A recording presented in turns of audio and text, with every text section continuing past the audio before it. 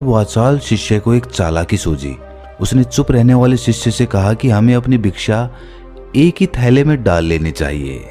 गुरुजी ने हम दोनों को एक साथ भिक्षा लाने के लिए कहा था। चुप रहने वाले शिष्य ने बिना कुछ बोले अपनी सारी भिक्षा उसके थैले में डाल दी। वाचाल शिष्य मन ही मन बहुत खुश हो रहा था कि अब गुरुजी को ये पता नहीं चलेगा कि ज्यादा भिक्षा हम में से किसने मांगी।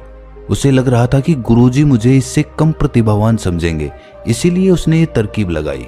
सभी शिष्यों के आने के बाद संध्या के समय जब सभी की भिक्षा तोली गई तो इन दोनों शिष्यों की भिक्षा सबसे ज्यादा निकली।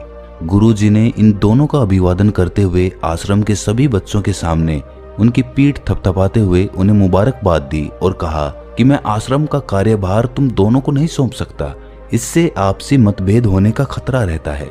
इसीलिए तुम दोनों में से जो ज्यादा भिक्षा लेकर आया है, आश्रम की जिम्मेदारी उसे ही सौंपी जाएगी।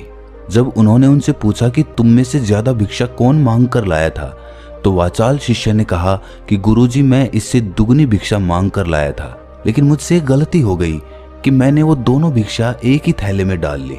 मुझे नहीं पता था कि आप ऐसा निर्णय लेने वाले हैं, वरना तो मैं अपनी भिक्षा का थैला अलग ही रखता। इस पर गुरुजी ने चुप रहने वाले शिष्य से पूछा कि क्या तुम इसकी बात से सहमत हो? क्या तुम इससे कम भिक्षा लेकर आए थे? ये सुनकर चुप रहने वाले शिष्य ने कहा कि गुरुजी मेरे पास ऐसा कोई साधन नहीं है जिससे मैं ये साबित कर पाऊं कि मैं इससे ज्यादा भिक्षा लेकर आया था। असल में ये उल्टा बोल रहा है। दुगनी भिक्षा मैं लेकर आया था, ये मुझसे आधी भिक्षा लेकर आया था और इसी ने ही मुझसे भिक्षा एक थैले में डालने की बात कही थी। आश्रम से कुछ दूरी पर एक पहाड़ी थी जिसके पीछे सूरज अभी अभी संध्या के समय ढल रहा था। गुरुजी को तो पता था कि सच कौन बोल रहा है, लेकिन बाकी बच्चों के सामने सच साबित करने के लिए उन्होंने उन दोनों से एक सवाल पूछा।